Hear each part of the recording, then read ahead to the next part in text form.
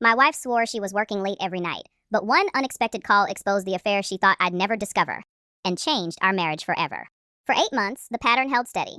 Nadia left the house at 7:45 a.m. sharp in her navy blazer and pencil skirt, kissed me on the cheek, promised to be home by 8, sometimes 9 if the client presentation ran long.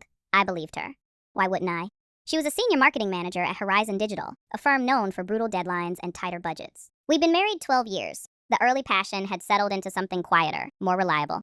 Shared grocery lists, weekend drives to her parents, quiet evenings on the couch watching crime documentaries. I never questioned the late nights. I brought her favorite takeout when she texted, "Stuck in a brainstorm till 10, left it on the counter with a sticky note, "Eat something real, love you." She always texted back, "You're the best, home soon." Soon became later, soon became midnight. Soon became the new normal. I told myself it was temporary. A big campaign launch, a promotion on the horizon.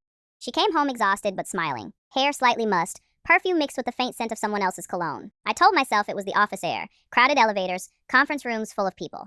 Doubt crept in slowly, the way rust does, a single spot at first, then spreading, her phone face down more often.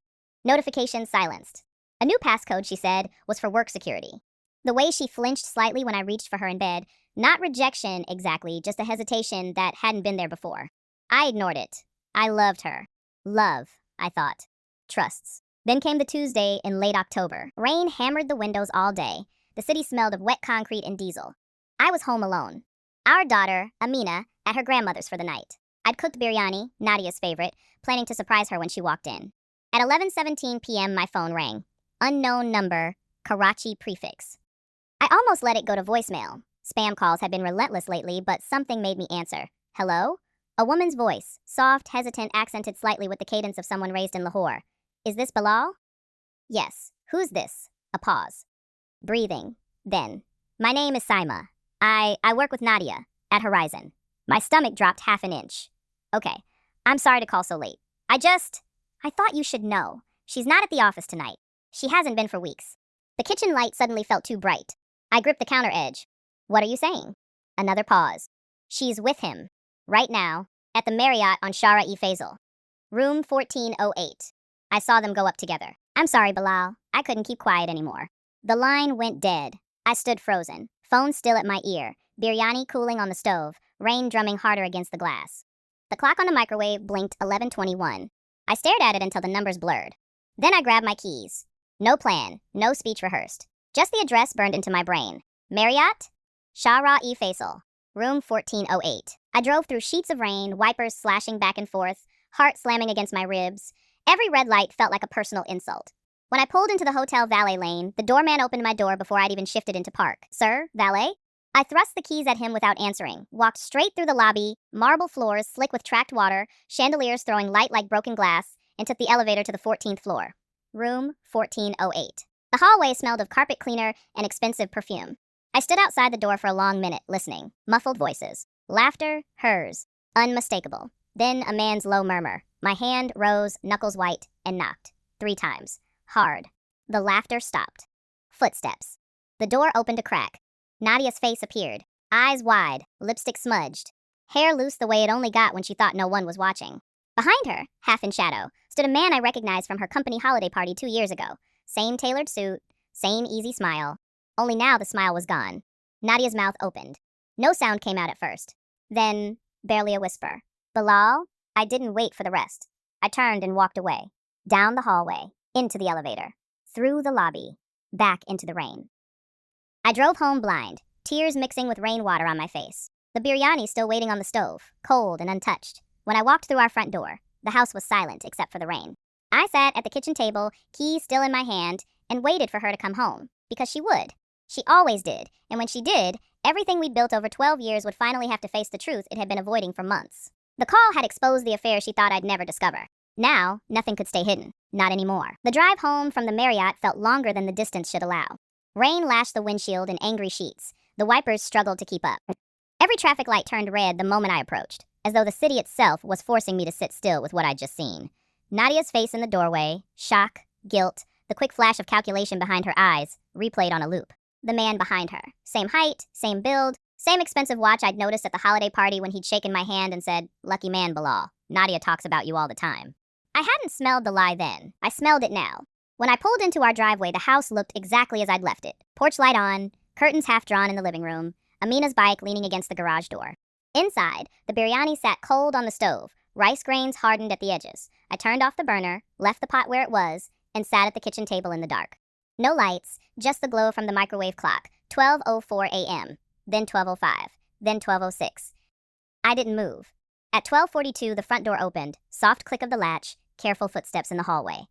She didn't call out my name.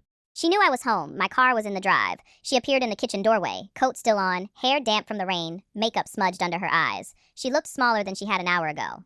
Bilal. Her voice cracked on the first syllable. I didn't answer. She stepped inside, closed the door behind her, hung her coat on the hook like any other night. I can explain. I finally looked at her. Then, explain. She pulled out the chair opposite me, sat slowly, hands folded on the table like she was about to give a presentation. It started 6 months ago. After the Dubai conference, we were on the same team for the pitch. Late nights, shared hotel floor. One night we talked until 3 a.m. about everything. Work, life, how tired we both were. It felt safe, like someone finally understood. She swallowed. It crossed a line. Just once at first. Then again. Then it became regular. I told myself it was separate, that it didn't touch us, that I still loved you, that I was coming home to you every night. You were coming home to me, I said quietly, after you'd already been somewhere else. Tears slipped down her cheeks. She didn't wipe them. I thought I could keep it contained. I thought you'd never find out. I was careful. Separate phone apps, deleted messages, different perfume on different days. I told myself it was just a phase, that I'd end it when the campaign wrapped. But it didn't wrap, and I didn't end it. Who is he? His name is Rayhan, senior strategist, married, 2 kids. The detail landed like a punch. Does his wife know? Nadia shook her head. I don't think so. Saima, she's his junior. She saw us in the lobby tonight. She must have followed. I don't know why she called you. Because someone finally had a conscience. Nadia flinched. I'm sorry, Bilal. I'm so sorry. I never wanted to hurt you. I never wanted to lose this us, Amina, our life. You already lost it the first time you walked into that hotel room. Silence stretched between us, thick and final. The rain had slowed to a steady patter. What happens now? She asked, voice small. I looked at her. Really looked. The woman I'd married at 25, the one who'd cried happy tears when Amina was born, who'd held my hand through my father's funeral, who'd laughed until she snorted at my terrible jokes. She was still there. But so was the stranger who'd lied to my face for months. I don't know, I said honestly. I don't know if I can look at you without seeing him. I don't know if I can sleep in our bed, knowing you came home from his arms. I don't know if I can trust a single word that comes out of your mouth right now. She nodded, tears falling faster. I understand, do you? My voice rose for the first time. Do you understand what you took? 12 years. Every late night I waited up. Every dinner I kept warm. Every time I told Amina, Mama's working hard for us. You made me a fool in my own house. I know. She reached across the table. I didn't take her hand. She let it fall. I'll sleep in the guest room tonight, tomorrow, whatever you decide. If you want me to leave, I'll leave. If you want counseling, I'll go. If you want a divorce? The word hung there, ugly and real. I stood up. I can't talk anymore tonight. I can't look at you. She nodded, stood too. I'll pack a small bag. I'll go to my sister's for a few days, give you space. No, I shook my head. You stay here, in the guest room. Amina comes home tomorrow. She doesn't need to know anything yet. We act normal for her. We figure this out quietly. Nadia looked surprised. You're not throwing me out? Not tonight. Not in front of our daughter. But don't mistake this for forgiveness. This is me trying to breathe. That's all. She nodded again, wiped her face with her sleeve. Thank you. Don't thank me. I walked past her, down the hallway, into our bedroom, our bed, our sheets, our life, and closed the door. I didn't lock it. I didn't need to. The lock was already broken. I sat on the edge of the mattress, elbows on my knees, head in my hands. The biryani smell lingered faintly in the air. Outside, the rain stopped. Inside, everything had only just begun to fall. Morning came too soon, gray light seeping through the bedroom curtains like an unwelcome guest. I hadn't slept. Hadn't even tried. I'd sat on the edge of the bed all night, staring at the wedding photo on the dresser. Us at 25, laughing under strings of marigolds, her dupatta slipping off one shoulder, my arm around her waist like it belonged there forever. Now, the frame felt like a lie framed in gold. At 6:32 a.m., Amina's bus would drop her off from her grandmother's. I showered mechanically, dressed in yesterday's shirt, made coffee I didn't drink. Nadia appeared in the kitchen doorway at 6:15, eyes puffy, still in the same clothes from the hotel. She'd slept in the guest room. I'd heard the door close softly around 1 a.m. I called in sick, she said, told them migraine. I'm not going anywhere today. I nodded once, no energy for argument. Amina will be here soon. We don't tell her anything. Not yet. Okay. Her voice was small, stripped of its usual confidence. We moved around each other like strangers sharing a kitchen. Her pouring milk for Amina's cereal, me slicing fruit, both pretending the air wasn't thick with unsaid things. When the school bus honked outside, Amina burst through the door, backpack swinging, already talking a mile a minute about the sleepover, the movie they watched, the pancakes her Nadia made. She hugged me first, then Nadia, then stopped. Why do you both look so tired? Nadia forced a smile. Late night for Mama. Work stuff. Amina frowned, but accepted it. Kids accept a lot when the adults sound certain. She chattered through breakfast, oblivious to the way Nadia's hand shook when she passed the honey, the way I stared at my untouched plate. After Amina left for school, the house fell silent again. Nadia sat at the table, hands wrapped around a mug she hadn't sipped. I called Rayhan this morning, told him it's over. Completely. He didn't argue, said he understood. I looked at her. Convenient. It's the truth. She met my eyes. I deleted everything. Messages, photos, the second phone app. I'll show you my phone if you want. I don't want to see your phone. I want to know why. The question came out raw. Why him? Why now? Was I not enough? Nadia's face crumpled. You were enough. You are enough. It wasn't about you not being enough. It was about me, feeling invisible. At work, I was the star. Presentations, praise, late-night strategy sessions where people listened to every word. At home, I felt like the wife who remembered to buy milk and helped with homework. I missed being seen. He saw me, listened, made me feel like I mattered beyond the daily grind. And I didn't? My voice cracked. I saw you every day. I loved you every day. I waited up for you every night. I know. Tears slipped down her cheeks again. I took it for granted. I convinced myself the excitement with him didn't take anything away from us. But it did. It took everything. I stood up, walked to the sink, gripped the counter until my knuckles whitened. I keep thinking about all the nights I sat here alone, cooking for you, keeping your plate warm, telling Amina you'd be home soon. And you were, with him, laughing, touching. While I was here holding our life together. Nadia stayed seated. I hate that I did that to you. To us. Hate isn't enough. I turned to face her. I need to know if this is salvageable. If I can ever look at you and not see hotel room doors and smudged lipstick and lies. She stood slowly. I want to try. Counseling. Transparency. Whatever it takes. But I won't beg you to stay if you can't. I've hurt you too much to demand anything. The doorbell rang. Courier with a package we'd ordered weeks ago. We both froze, then moved mechanically to accept it. A new blender for smoothies Amina wanted to make. The normalcy of the moment felt obscene. After the door closed, I set the box on the counter. I'm taking Amina to my brother's this weekend. I need space. You stay here, think. I'll think. We talk when I get back. Nadia nodded. Okay. And Nadia? I waited until she looked at me. If you contact him again, even once, I'm done. No second chances on that. I won't. Her voice was steady for the first time. I believed her. Not because I trusted her yet, trust was shattered glass underfoot, but because the fear in her eyes looked real. I spent the day in mechanical motion. Laundry, bills, answering work emails I barely read. When Amina came home, I took her to the park, pushed her on the swing until her laughter drowned out the noise in my head. She asked why Mama wasn't with us. She has a headache, I said. The lie tasted bitter, but I couldn't give her the truth yet. Not until I knew what the truth would mean for us. That night I slept on the couch, couldn't face our bed. Nadia stayed in the guest room. The house felt like a museum of our marriage. Photos on the walls, Amina's drawings taped to the fridge, the throw blanket we'd bought on our honeymoon. All of it still here. All of it suddenly fragile. When the clock hit midnight, I stared at the ceiling, listening to the quiet house, wondering if love could survive being lied to so completely. Wondering if I wanted it to. Wondering what I would find when I looked at her tomorrow. The affair was exposed. The marriage was cracked wide open. And the next move, mine, hers, ours, would decide whether we tried to mend it or let it fall. The weekend at my brother's house felt like borrowed time. Amina loved it. Running around the backyard with her cousins, helping make parathas in the kitchen, falling asleep on the living room rug after too many cartoons. I watched her laugh and felt a sharp ache. This was the life I'd thought was safe. The one I'd built brick by brick with Nadia. Now, every memory carried a shadow. My brother, Farhan, didn't ask questions the first night. He just handed me a beer, sat on the patio, and let the silence do the talking. On Saturday evening, after the kids were in bed, he finally spoke. You look like hell, Bilal. What happened? I told him. Quietly, without anger. Just the facts. The late nights, the call from Saima, the hotel room door opening, Nadia's confession in our kitchen. Farhan listened without interrupting. When I finished, he exhaled long and slow. You're not throwing her out? Not yet. Amina, the house. 12 years. I can't just end it in one night. He nodded. But you can't live with the lie either. I know. We sat with that for a while. Crickets chirped in the dark. A neighbor's dog barked once. What do you want, Bilal? Farhan asked. Not what you think you should want. What do you actually want? I stared at the bottle in my hand. I want the last 8 months back. I want to unsee her face in that doorway.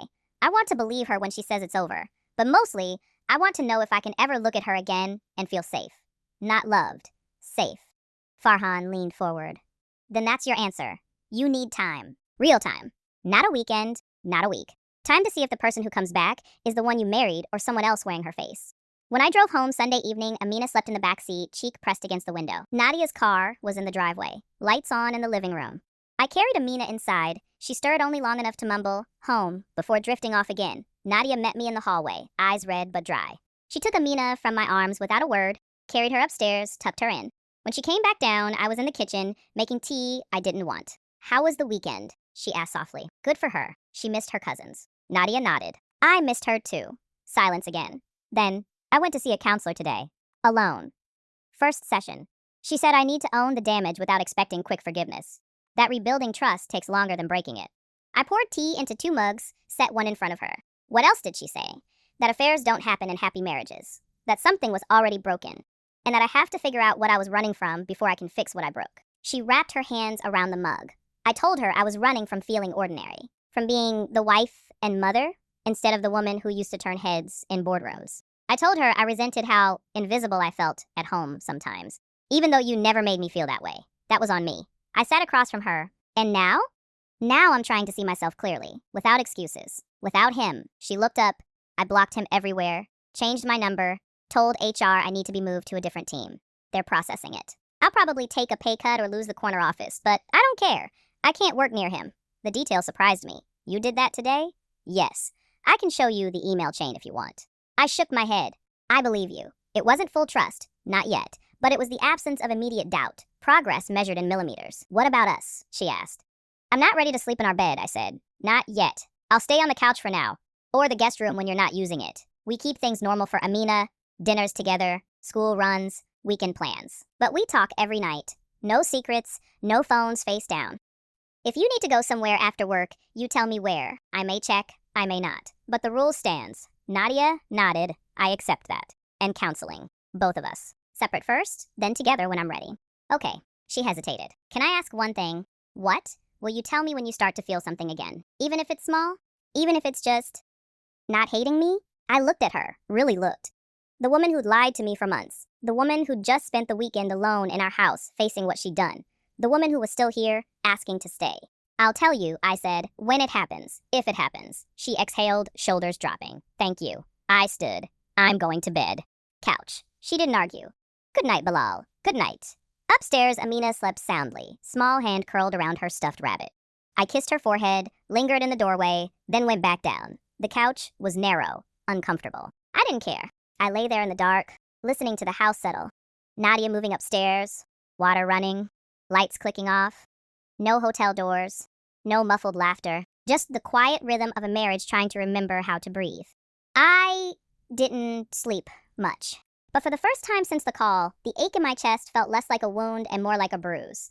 One that might eventually heal if we both kept showing up, if we both kept choosing truth over comfort, if love proved stronger than betrayal. The night stretched long, but it stretched toward morning. And morning, I reminded myself, always comes. The first counseling session felt like walking into a room full of mirrors, every reflection showing a version of myself I wasn't sure I recognized anymore. The therapist's office was small, neutral, beige walls, 2 armchairs facing each other, a box of tissues on the side table that neither of us touched at first. Dr. Rahman was in her late 50s, calm voice, no judgment in her eyes. She asked me to start wherever I wanted. I started with the call from Saima. The hotel hallway. Nadia's face in the doorway. The way my stomach dropped like I'd missed a step on stairs I didn't know were there. I told her about the biryani gone cold, the guest room door closing softly, the couch that had become my bed. I told her I still loved Nadia, deeply, painfully, and that loving her now felt like holding broken glass. Dr. Raymond listened without interrupting. When I ran out of words, she asked one question. "What are you most afraid of right now?" I didn't have to think. That I'll forgive her too soon. That I'll wake up one day and pretend it never happened. That Amina will grow up thinking this is what marriage looks like. Betrayal followed by silence. She nodded. And the second fear? That I'll never forgive her. That I'll carry this anger until it poisons everything else, until I can't look at her without seeing him. We sat with those 2 fears for the rest of the hour. No solutions, just acknowledgement. When I left the office, the sky had cleared. Weak November sun filtered through the clouds. I drove home slowly, windows down, letting the air rush in. Nadia was in the kitchen when I walked in. apron on, chopping onions for dinner. Amina was at the table doing homework, humming to herself. Nadia looked up. How was it? Hard, honest. She nodded. Mine was the same yesterday. We didn't hug, we didn't kiss hello. But we made dinner together, silent teamwork. Her stirring the korma, me setting the table, Amina chattering about her science project. After Amina went to bed, we sat on opposite ends of the couch. No TV, just us. Nadia spoke first. I told my counselor I was afraid you'd leave. Not because you should. I know I deserve it, but because I couldn't survive losing you and Amina. I told her I was ashamed of how much I'd taken you for granted. How I'd convinced myself the affair was harmless because I still came home every night. I listened. Let the words land without defending or attacking. I told mine, I'm afraid of forgiving you before I'm ready. I said, that I'll wake up one day and realize I've buried the hurt instead of healing it. Nadia's eyes filled. Then don't forgive me yet. Wait until it feels true. I'll wait with you. The promise was simple. No grand declarations, just patience offered freely. We started small rituals after that. Every evening after Amina was asleep, we sat together, sometimes on the couch, sometimes at the kitchen table, for 20 minutes. No phones, no distractions. We talked about the day, about Amina, about anything except the affair at first. Then slowly, carefully, we began to talk about it. Not the details, I didn't want them, but the why. The emptiness she'd felt. The loneliness I'd ignored because it was easier to believe everything was fine. The ways we'd both stopped seeing each other clearly. One night she asked, do you still love me? I answered, honestly, yes, but it hurts to love you right now. She nodded. It hurts to be loved while knowing I broke your heart. We didn't touch much, occasional hand-holding when words failed, a brief hug when one of us cried. The guest room stayed hers. The couch stayed mine. But the distance between us started to feel less like a chasm and more like a bridge under construction. Amina noticed the change, but didn't name it. She asked once why Mama slept downstairs. Nadia answered, Mama's having trouble sleeping upstairs. It's temporary. Amina accepted it the way children do, trusting that adults know what temporary means. 2 weeks after the first session, Nadia came home with a small envelope. Inside was a letter, handwritten 3 pages. She handed it to me without explanation. Read it when you're ready. Or don't. It's yours. I read it that night on the couch, alone. She wrote about the first time she felt invisible. Not at work, but at home. About how the compliments from Rehan had filled a void she hadn't admitted existed. About how ashamed she was that she'd chosen temporary excitement over permanent safety. About how she was learning, slowly, painfully, to see herself again without needing someone else's eyes. She ended with, I don't expect forgiveness. I expect to earn your trust back. One honest day at a time. If you decide you can't, I'll understand. But know that I choose you now, not because I have to, but because I want to. Every day, for the rest of our lives, if you'll let me. I folded the letter carefully, placed it in the drawer of the side table. Didn't respond right away. But the next evening, when we sat together, I took her hand, held it. Didn't let go for the whole 20 minutes. No words, just touch. Small, tentative, real. The marriage wasn't healed, not even close. But it was breathing again. Shallow, careful breaths, but breathing. And for the first time since the call, I let myself believe that breathing might eventually become living. The first joint counseling session happened 3 weeks after the separate ones began. Dr. Rahman's office felt smaller with both of us in it. 2 armchairs side by side facing her desk. The space between us deliberately narrow but not touching. Nadia sat straight-backed, hands folded in her lap. I leaned forward, elbows on my knees, staring at the carpet pattern until the lines blurred. Dr. Raymond started gently. This is a safe place. No one has to speak until they're ready, but when you do, speak only your truth. No defending, no blaming. Just what's true for you right now. Silence stretched for a full minute. Then Nadia spoke. I still wake up every morning afraid Bilal will be gone, that he'll decide overnight he can't do this anymore, and I wouldn't blame him. She didn't look at me. I keep replaying the moment he knocked on that hotel door, the look on his face. I caused that, I can't undo it, but I carry it every day. Dr. Rahman nodded. Bilal? I exhaled. I still sleep on the couch because our bed feels like a place where lies happened. I look at her, and sometimes I see the woman who chose me, who built this life with me. And sometimes I see the woman who chose someone else for months while I waited at home like an idiot. My voice stayed low, controlled. I hate that split. I hate that I can't merge them back into one person yet. Nadia's breath hitched, but she didn't interrupt. Dr. Rahman asked, what would merging look like for you, Bilal? I thought about it. It would look like not flinching when she touches me, not wondering if every late text is innocent, not feeling like I'm performing normalcy for Amina while my chest is caving in. Nadia spoke then, voice trembling. I want to earn that back. I've started small things. Coming home at 6 every day now, no overtime unless I tell him first and why. I've given him full access to my phone, my calendar, my email if he ever wants it. I don't want secrets anymore, not even small ones. I looked at her for the first time since we sat down. I haven't looked yet. I don't know if I ever will. But knowing I can helps. Doctor, Rahman leaned forward slightly. Trust isn't rebuilt by access to devices. It's rebuilt by consistent behavior over time. Nadia, what does consistent behavior look like for you right now? Showing up, being present, listening when he talks about how much it hurts without trying to fix it or defend myself, admitting when I feel the old pull toward excitement and choosing him instead. Every single time, I felt something loosen in my throat. And for me, consistent looks like staying. Not running to Farhan's every weekend, not shutting down when she tries to talk, letting her see the hurt instead of hiding it behind anger. We talked for the full hour, slowly, haltingly, about small betrayals that had come before the big one. The way we'd stopped asking each other about our days, the way compliments had become rare, the way intimacy had turned routine instead of intentional. No screaming, no accusations, just truth laid out on the table like pieces of a puzzle we were both trying to reassemble. When the session ended, Dr. Rahman gave us homework. One small act of vulnerability each day. Nothing grand. A shared memory, a fear, a moment of gratitude. No expectation of reciprocation. Just offering. We drove home in silence, but not the heavy silence of before. This one felt like space being made for something new. That evening, after Amina was asleep, we sat at the kitchen table. Nadia spoke first. Today, I'm grateful you still look at me when I talk, even when it hurts you. I swallowed. Today, I'm afraid I'll never stop loving you. And that scares me because it means I could be hurt again. She reached across the table slowly. I let her take my hand. We held on. No words, no rush to pull away. 10 minutes later, I stood. I'm going to try sleeping upstairs tonight. Not in our bed yet. Just in the guest room. Closer. Nadia's eyes filled, but she smiled. Small, real. Okay, I didn't sleep much. The guest room mattress was too soft, the pillows unfamiliar. But I listened to the house. The creak of floorboards, Amina's soft breathing down the hall, Nadia moving quietly in our bedroom. No hotel echoes. No lies humming under the surface. Just the ordinary sounds of a family trying to remember how to be one. The next morning, I woke before dawn, went downstairs, made coffee for 2. Nadia came down at 6:30, hair messy, eyes hopeful. I handed her a mug. Good morning. Good morning. She took it, fingers brushing mine. Neither of us pulled away too fast. Amina bounded down at 7 o'clock, demanding cereal and cartoons. We made breakfast together, her pouring milk, me slicing bananas, Nadia toasting bread. Normal, fragile, but real. The marriage wasn't whole, not yet. But it was moving, inch by careful inch, towards something that might one day feel like home again. Not the home we'd lost. A new one, built on truth this time. And maybe, just maybe, stronger for the breaking. 4 months after the call from Saima, the house began to feel less like a crime scene and more like a place people lived in again. The guest room stayed Nadia's for another 6 weeks after that first joint session. But one rainy Saturday in early March, she asked if she could move back upstairs. Not into our bed yet, just into the spare bedroom across the hall. I said yes. Not because everything was fixed. Because the couch had started to feel like punishment instead of protection, and I was tired of sleeping alone in a house full of people I loved. We didn't celebrate the move. She carried her clothes across the hall in quiet armfuls. I helped fold them into the dresser drawers that had stayed empty since she'd moved out.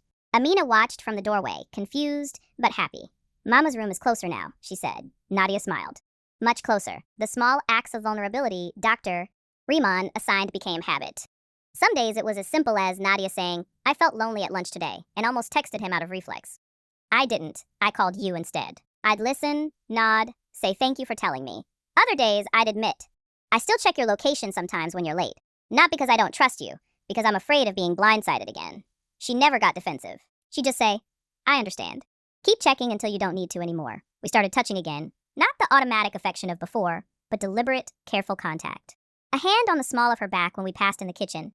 Fingers brushing when we handed each other coffee mugs. One evening in April, she reached for my hand during a movie. I let her hold it through the entire film. No kiss, no rush. Just skin remembering skin.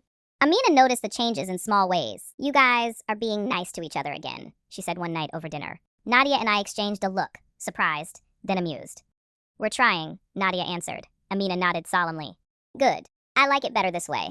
In May, we took our first family trip since everything broke. 3 days in Murray. No grand plans. Just a small cottage with a view of pine trees and mountains. We walked trails together, Amina running ahead collecting pine cones, Nadia and I trailing behind at a slower pace.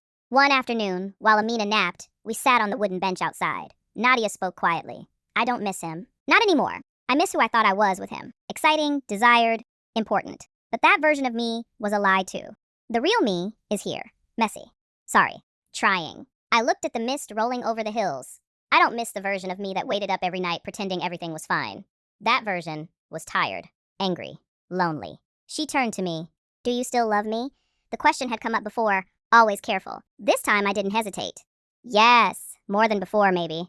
Because now I know what it costs to choose you every day. And you're choosing me back. Tears slipped down her face. She didn't hide them. I love you too. Every day. Even the hard ones. I reached out, wiped the tear from her cheek with my thumb. Then I leaned in. Slow. Giving her time to pull away if she needed to. She didn't. Our lips met. Soft, tentative, tasting like salt and pine air, and two people who'd walked through fire and come out the other side, still reaching for each other. It wasn't fireworks. It wasn't the passion of our 20s. It was deeper. More honest. When we pulled apart, we didn't speak right away. We just sat, hands linked, watching the mist move across the valley. That night, we slept in the same bed for the first time in nearly half a year. No expectations. Just bodies remembering how to fit together without lies between them. I woke before dawn to find her curled against me, head on my chest, breathing steady. For the first time since the hotel door opened, I didn't feel the ghost of another man in the room. Only us. Back home, the routines continued. Counseling every 2 weeks now, daily check-ins, small acts of repair. We started date nights again. Quiet dinners at the same old places we used to go before. Amina, long walks after she was asleep. Conversations that sometimes circled back to the pain and sometimes didn't need to.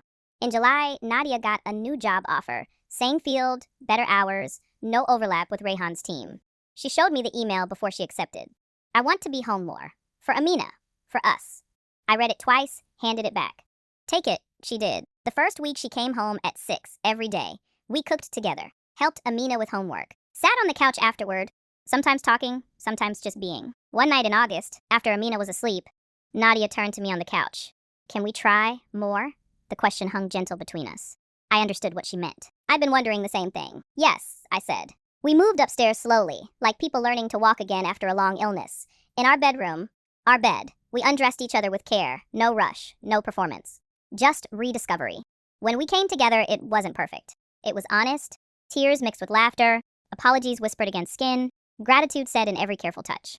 Afterward, we lay tangled, breathing together, the silence comfortable for the first time in a year. Thank you, she whispered, for staying. Thank you, I answered, for coming back. The marriage wasn't unbreakable anymore. We both knew that now. But it was repairable, stronger in the mended places. And as the months turned into a year since the call, we kept choosing, day after day, truth after truth, to build something new from the ruins of what was lost. Not perfect, not the same. Better, maybe. Because it was chosen. Every single day. 1 year to the day after Sima's call, the house looked the same on the surface. Same curtains in the living room, same photos on the mantle, same faint scent of cardamom lingering from yesterday's chai. But everything underneath had shifted. The couch no longer bore the permanent dent of my body.